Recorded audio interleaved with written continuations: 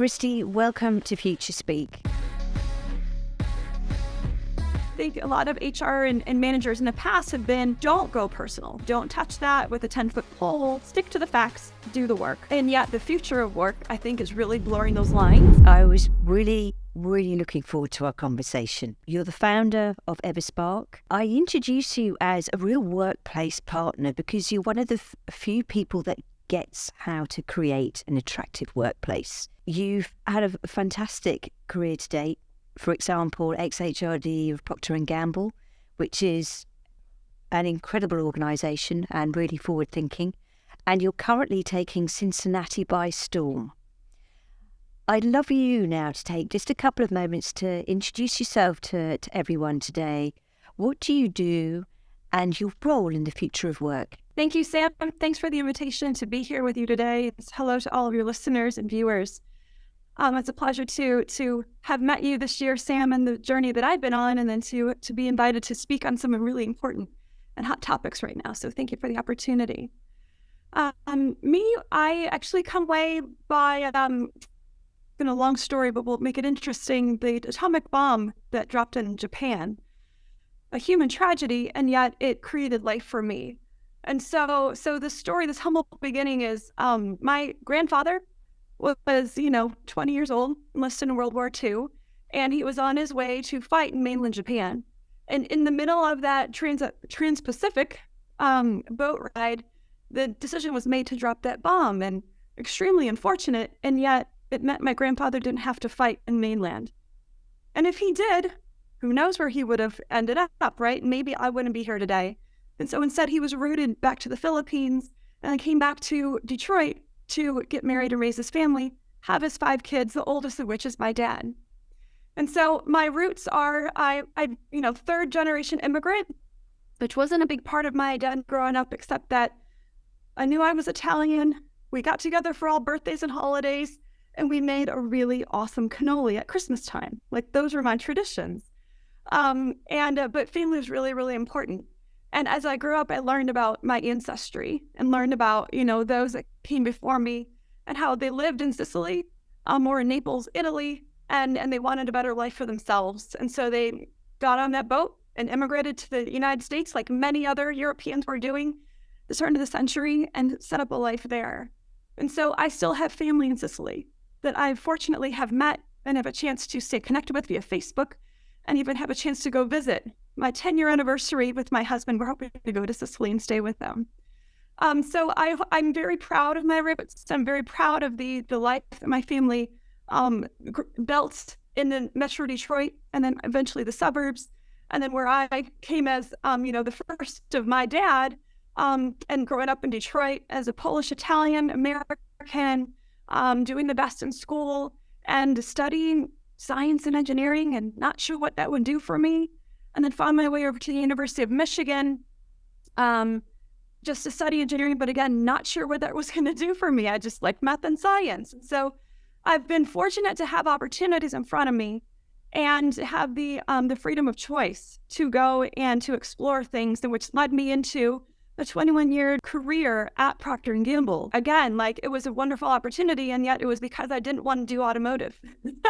My dad worked for General Motors for 49 years and retired last year. And though I had an internship there, it didn't quite suit me. I said I wanted to do something else, and yet I still didn't know what that thing was. And so after 10 years in IT at P&G, doing database administration, web development, project management, analytics, I was analyst for Pampers for 3 years, so I got to know the consumer market industry very well. And then I said, yeah, but there's still something else. There's still something else calling me. So I found myself in HR, and I loved it. And I loved the merger of engineering mindset in terms of process improvement, optimization, analysis, and bringing that into the human side, HR policy, and thinking about the employee experience, and really the evolution and the innovation happening in HR from when I joined it 12 years ago to now. And it's perhaps even the tip of the iceberg in what we've seen in this industry. So I'm incredibly grateful and fortunate to have the journey I've had so far. I still hold down to my roots, and I think that's a bit of my approach, is I really try to connect with individuals where they are to learn about their current experience, to learn about what's important to them, whether they're an employee, a manager, a leader, or a client, and to say, so what's next? What's your fear? What's your problem? And how can I help? And I really love to think expansive. I love to know what's happening in tech and find creative ways to bring those solutions to life, but do it in the most essential, practical way. Just recognizing we're all on a journey and that improvement is possible if we're open to it. That's just a little bit about me. And I love that. And actually, that's quite a profound statement right there. You know, I think the phrase "we're all on a journey" is a phrase that's sometimes overused, but also overlooked. And this whole piece around the future of work, let's face it, it's here now, right? Is we're constantly going through change, and that change is a good thing. And to your point, it's about the human element. You've just told us a really personal story about how you've got here today and where we're going, and creating that attractive workplace is about being comfortable bringing that kind of stuff to life, right? Absolutely, Sam. That is a true element of what everybody wants. Really, at the end of the day, is they want to be heard and seen, and that their story matters. And that's across the spectrum from DE&I to the race relations and things we've been struggling with, at least here in the States and perhaps worldwide, and where we want to be in a workplace, and to, not feel like I need to quit to go somewhere else to find something better, but I can do it where I am. So that is the big reason I think people are looking for right now. And I find that some of the challenges or the greatest opportunities is that art and science in the chasm between the two. Is you have, this desire to grow and expand and change and evolve, and yet you have a desire to have stability and to be recognized and to march forward in the ways that you always known how to do things. And I think the future of work is that phrase that's calling out that dichotomy that we're in the middle of right now. And I think some people are saying, okay, got it. Like, I have my performance management system and I have my management training, and we want to grow and double our revenue by 2x, right? And so a lot of your leaders say, well, I got to go sales and I got to get supply chain. And oftentimes they may forget about the people side. And how do our business practices need to evolve? How do our people practices and the way we reward our people, how do those need to evolve in the spirit of growth? And how do I need to change as a leader in the spirit of growth? And I think the challenge there is that is fundamental to how they get that work done. And so if everything around them is changing and the way they work is changing, everything's changing, the what stays the same. And so I think that's a really scary spot to be in. And also the work to change as a leader, as a manager, and to change the way you interact with people happens inside first. And so you have to be open and willing to change how you think about your role as a leader and how you interact with your staff, how you envision your staff. Do you care to know their personal story? And when you know the personal story, then what? You might actually start to care about them as an individual.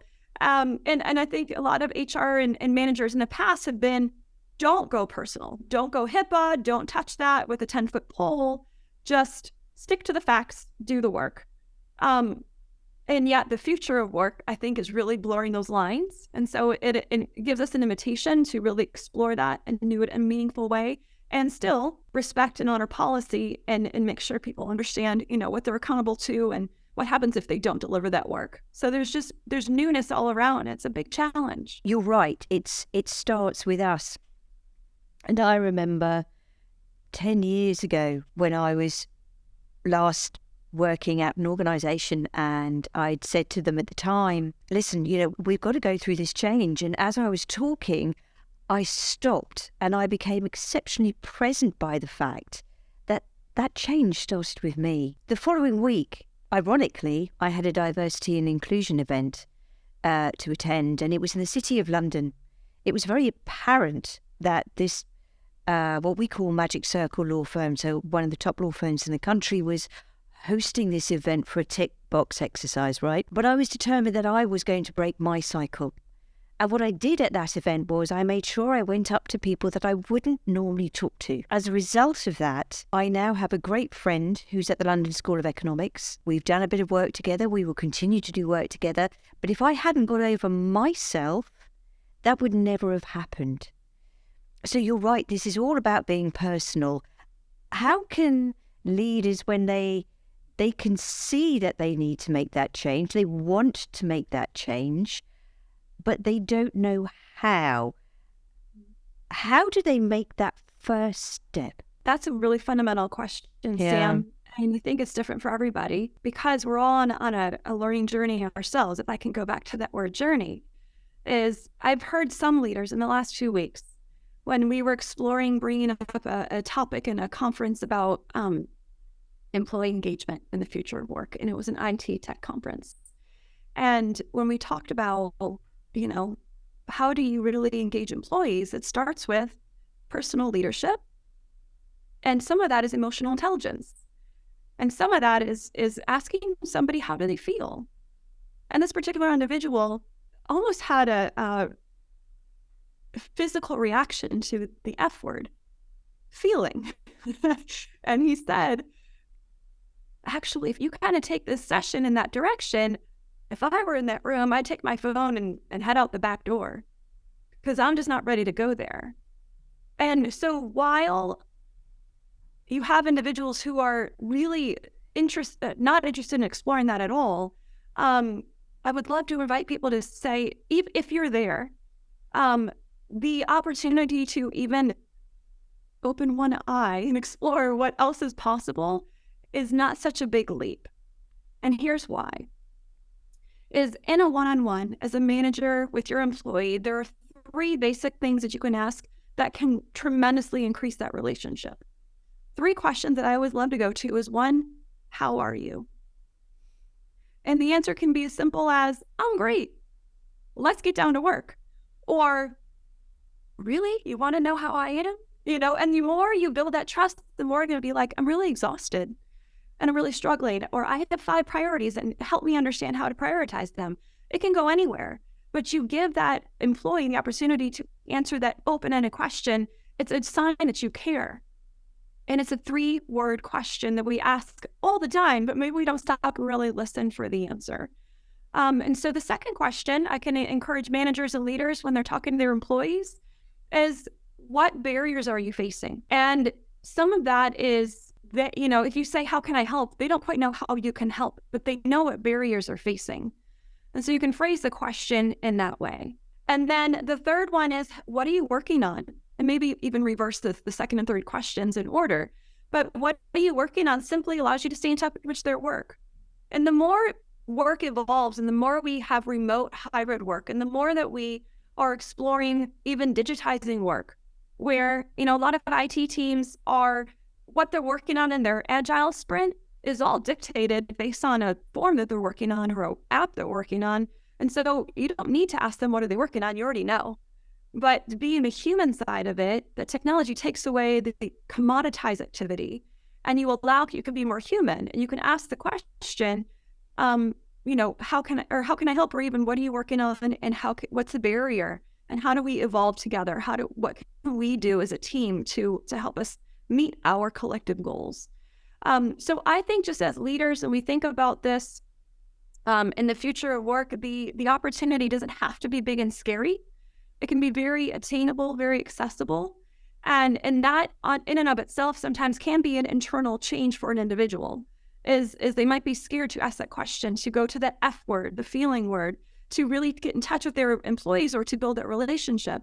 I think that can be a big shift. I keep coming back to the word human in this series. And for me, it actually came out of an event that I attended in Portugal called Supermassive, where you're looking at the future of work. And I had no idea the great work that, say, Lisbon University is doing around what the workforce will look like in the future, how we as people will interact. What does energy look like? What do our homes look like? What about the cars we drive, right? How is all of this going to change? But the one thing that really struck me is, from the moment we were born, particularly in our lifetimes, we've always gone through significant change. I mean, look at the mobile phone when that first started, right? You know, it was a massive break.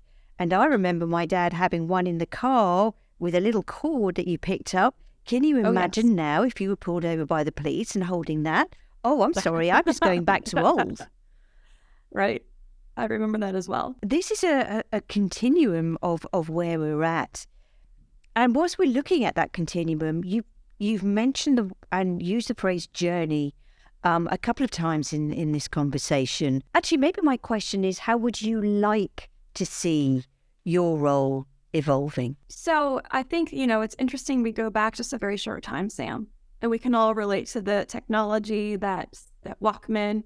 I even, wish I had some of my cassette tapes still available from the first one that I listened to the whole way through, front side and the back side, is that nostalgia is really special. And yet the pace of change is astronomical in our lifetime than it ever was before. And so I think, my role and my desire to move from Procter & Gamble with a very successful and predictable career in IT, then in HR, into individual consulting and providing boutique consultancy for workplace transformation, is to play in that role of this journey, of this evolution. As much as technology has changed on the outside, I've experienced it, and I've heard many other people talk about it, is that inside work, it really hasn't. It's still a bit 1990s-ish. It's still not as fully digitized, and yet there are some companies that are really making strides. Fair.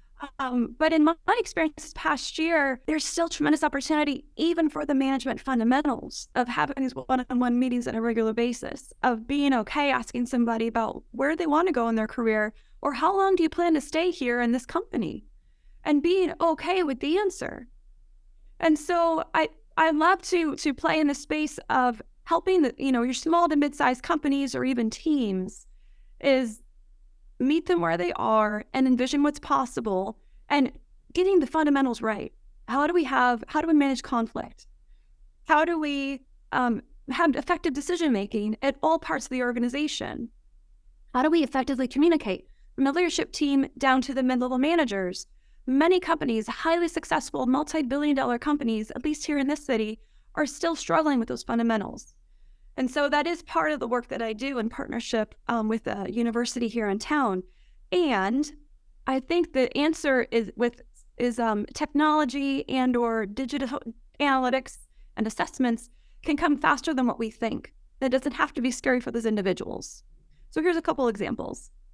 I heard from a tech conference earlier this year that Salesforce has really emphasized the employee experience and using technology to take care of the commoditized tasks.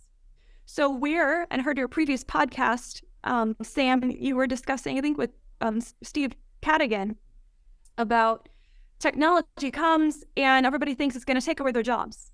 But actually, according to the way Salesforce is looking at it, they're saying it's enhancing the employee experience. Because what they're doing is saying, okay, there's 10 steps to onboarding, for example. And of those steps, these 3 are the ones that have the most opportunity to really engage the hearts and mind of that new employee. And so let's make sure that those are the human touch. Let's make sure we do those experiences extremely, extremely well. And the rest of it we'll use technology to handle. And I think that's brilliant. I think that's a beautiful opportunity on this journey that companies can use to really think about what is the most human experience I can have, what increases retention and absolute engagement, what helps that person feel seen and heard inside our company, and how does technology support me in that? And so companies who may not have good conflict management don't have to think that that's 5 years down the road. I want to help them envision how can that be maybe in the next year. And so I do a survey of technology out there, and if that suits their need, again, it's a journey, meet them where they are, but if it suits their need, I can introduce them to those solutions, those technologies, and help them really envision what is possible for them and helps them achieve their business objectives, help them do it in an easy way. I have another example that there's a company that I happen to know, and they are not yet interested in this because it's a big hurdle, but their employee engagement, they exist in 30 different cities across the U.S., and they've grown from 100 120 employees 3 years ago to now 500. They just Wow. hit the 500 mark this Monday. So talk about tremendous growth. And they are under the weight of constant change, of scaled systems that don't yet exist. So when you launch a new site, the packet of what do you do when you launch that doesn't exist. And they've called that out, and yet they still haven't been able to solve for it. And yet their CEO continues to march forward saying, launch a new site, launch a new site. And now they're predicting some budget cuts and predicted recession and the impact on their business. So all that to say, a technology that would be able to go inside their company and measure real-time employee sentiment would be huge. Now, it does read email and calendar and chat, uses IBM Watson to put together a factor on top of that, and it allows the employees to even answer questions on a daily basis inside Slack. So it meets them where they are, but the output is real-time every day, and the more people answer the questions, the higher your accuracy, but it gives you a live dashboard of 7 metrics of employee sentiment, what's really, really happening, predicted burnout, engagement, satisfaction, rest and energy and so on. And so a company like this, under tremendous growth, could use a technology that would quickly get to the real time, the real sentiment of their employees, maybe only in a 90-day investigation. And then when you do that and you kind of, while it's real time, you can give the interventions immediately and have real-time read those interventions. So maybe during that time frame, we not only look at the analytics, but talk to people. And they might say, I don't know what's going on. I literally have no idea what's happening internally. Then the intervention can be, hey, CEO and leadership team, let's test out 3 occasions where we're going to have a video chat or a fireside chat or a town hall or something that we're going to send out these micro messages and then do a read and so on. So what you can do in a very short time frame is allow for that agile response using technology to really enhance the employee experience. And no, what seems to be a hurdle for that is that people are like, big brother, don't you read my email, my calendar, my chat, right? I talk to people that are like, yeah, that's a big barrier, not going to do it. But I honestly believe in that technology. It's a company that's kind of new in the tech space. They found me, to be honest, but we are partnering together. And I think that future is very near. Because if you look at it, just like annual survey, your annual survey one day per year, and then you analyze for 90 days, and then you action plan for 90 days. And by the time you're done, you're 6 months later. Is that still the sentiment that you're acting against? Or as you're doing the intervention as a consultant, if I come in, I do my assessment on day 1, and then we make an intervention, and then I say, we'll give it another 30 days to take hold, and I'll come back in 6 months, we'll do another read, and we'll figure out if we made a change or not.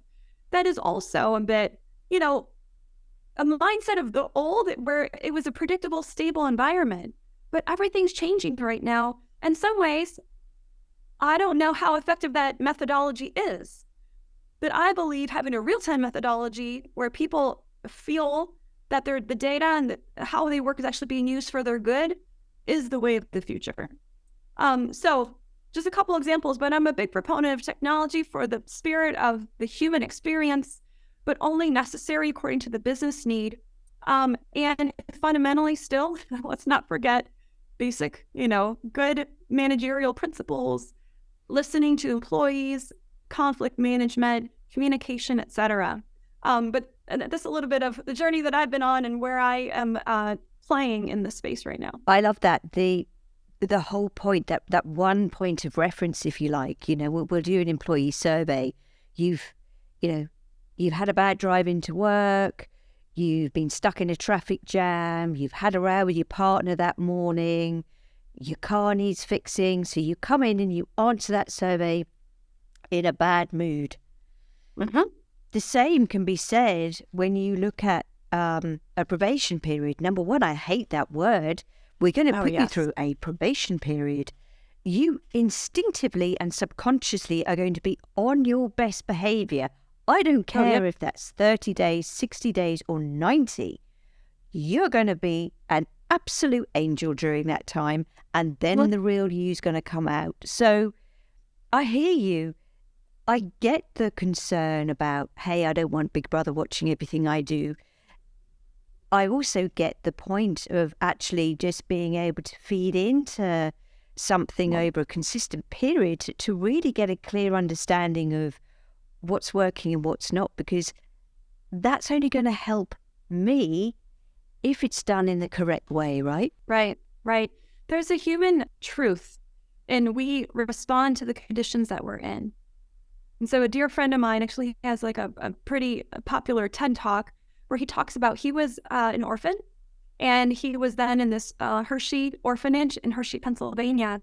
And he distinctly remembers being at promise versus at risk. And those labels, right, this probation period, or even equate it to this at promise, at risk mindset, is oftentimes, and I think there's a lot of psychology experiments that have happened, is the kids that are at risk perform at risk. They only strive and aspire to this ceiling that has been placed on them, and this identity that's been placed on them, versus at promise to say, regardless of where you've come from, that, you know, we are investing in you. We see potential. We want to grow. The Pygmalion effect also plays to that as well. Is the way you see somebody is how you continuously have a feedback loop that either supports a narrative or doesn't. And usually, you know, it supports it. So being aware of that, and the conditions that we're setting up in our workplaces, how are we doing and treating people at promise? Is not just saying, well, what have you done for me lately? So let's put you on probation period and see if you can measure up, or even performance improvement plans. I honestly have always struggled as an HR leader in doing that for staff, and I understand the fundamentals of it. I understand the importance of it, and yet it's almost like an at-risk condition. It says, you know, you're on the chopping block unless you can save yourself. Like, that's just a really tough place to be human, psychologically. And so my friend, you know, his story then goes into, he's an amazing executive director for multiple organizations in Canada and in the US. And he's actually up in northern Michigan right now as the president of a university there. And his story and his presence and his ability to inspire and lead others is just tremendous. And so it all starts back to, how do you really look at people? What narrative are you believing, and how do you treat them? And so, you know, in HR especially, we are conditioned to be compliance leaders, to say, I got to make sure we've got everything buttoned up, that we are protected by law. And there is a rightful place for a person in an organization to do that. That is absolutely essential. And HR is a very wide spectrum of applications and disciplines in the world of work. And I also feel like business leaders either need to have the opportunity to expand their view of HR, and or staff very uniquely for the different roles of HR. And so I have an example of another client who I was talking to this past month, and there happened to be an occasion they were offsite at a happy hour, and the president at one point, there were, you know, a mix of men and women, and he accidentally or without really knowing slapped the butt of a female colleague. And so this was like everybody stopped, you know, the record stopped, and nobody sought to breathe for a clear, you know, 10 seconds. And then what happened afterwards is very interesting.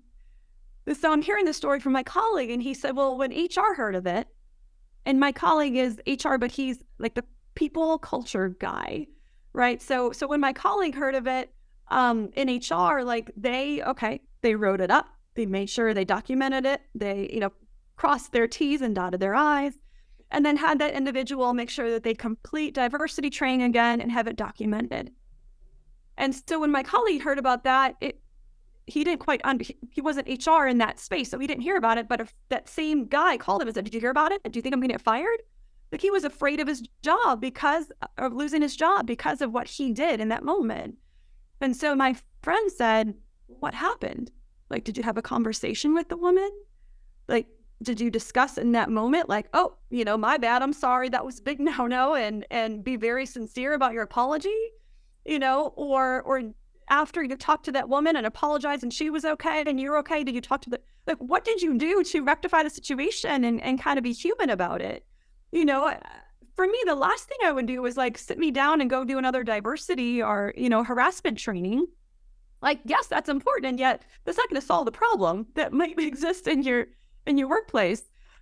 So, encouraging HR to, yes, you have to be compliant driven, and you have to do the probation period and have to do these things. But really be creative about it and think about the human experience and how are we really investing in people and helping them grow and looking at them at promise. So I just, I think that's a really, really important part of it. And sometimes we just do what we always do in HR because that's the way we've done it, performance management, all that stuff. But we don't maybe think about the human impact of what we do. Yeah, it is that impact, and compliant evokes that emotion of necessity, and we unwillingly comply with that. So I love the way that you explain that. It's caring about the individual and actually recognizing something when it goes wrong, be that whatever it is. There are some things that obviously are frankly unforgivable that still need some kind of conversation that's tough, but there are others that are genuine mistakes. And I've spoken a little bit recently about anti-fragility, and there's an element about that as well, right? When we look at the future of work, that we need to embrace. 100%. I have an interesting question for you coming up, and here's a little bit of fun for you. What was the last Netflix binge that you watched, series-wise? Well, that's really funny, Sam, because I will tell you, I don't regularly Netflix binge. My 4-year-old goes to bed around 9, and I usually fall asleep shortly thereafter. But I do have a really good story with that. When I did, just last month, I sat down and watched some reality show. And I honestly, maybe you can help me with the name of it, or not, but I think it was teenagers in Savannah or South Carolina, and they were, up and coming and business leaders, or had gone off to New York and came back and struggling with the hometown identity and all the drama of past relationships and current friendships and business relationships. It was Savannah or something, and so I literally sat down and watched the entire hour and loved it. Oh, and wow. I was looking at the fashion, I was looking at the relationships, I was looking at the dreams, perhaps lost, and now what are they going to do? And also trying to navigate all the relationships of who's who, and it's almost like one of my favorite movies where you have 6 different storylines, but they all kind of know each other at the end. It was kind of watching that unfold. And it was just good, clean fun, just not to have to worry about culture or technology or engagement or even, my business running this year. So that was the last thing I watched. Love that. Thank you for that. I'm going to have to go and find that one. I know what I'll be doing this evening. Kristie, if anyone watching this has a takeaway, what one takeaway would you wish they take from our conversation? I would just love to gift them with the idea that change is possible, and that even 1 degree of change is meaningful. I think many people might feel overwhelmed with the insurmountable change and the chaos and the open positions or budget cuts or increased, costs of living and interest rates and crises. I was at a conference last week and they listed all the crises. And if you thought there's only 3, well, he found 20 of them. And it was a bit overwhelming. So in the spirit of constant change and crises and whatever it is around us, I just love to encourage people to say, yes, even 1 degree of change, or even 1 degree of insight, or 1 degree of a new conversation, or that new person that you meet at the conference based on a choice you make to talk to somebody you wouldn't normally talk to. Those things can have tremendous impact. And so I just invite them not to feel like you have to boil the ocean, and not to feel like you have to have a big strategy for your people and how you're going to manage talent dramatically different in the next 5 years than what you did in the last 5, and adopt all kinds of technology. Sure, there's lots of opportunities, but even that 1 degree can make a huge difference in somebody's life that day. That smile, that hello, that quick chat to say, how are you, with nothing else after it. No, can you please get that to me by 5 o'clock today? Nothing. Those little things can make a big difference. And so I just want to invite people not to overlook or forget that that can make a big difference. That's really profound. Kristie, thank you for that. Thank you for your fabulous stories today and telling us a bit more about your lives. Some of this I didn't know myself, so I found this fascinating. You're doing so much right now in terms of helping your community, particularly around Cincinnati. Just look forward to seeing the results of your work and how you continue to grow and flourish. And thank you so much for coming on today. Sam, thank you for the opportunity. It was a pleasure to spend the morning with you as well. Just greatly excited to talk with you today and share some insights. And thanks for the well wishes. I appreciate it. All the best to you as well. Take care. Take care.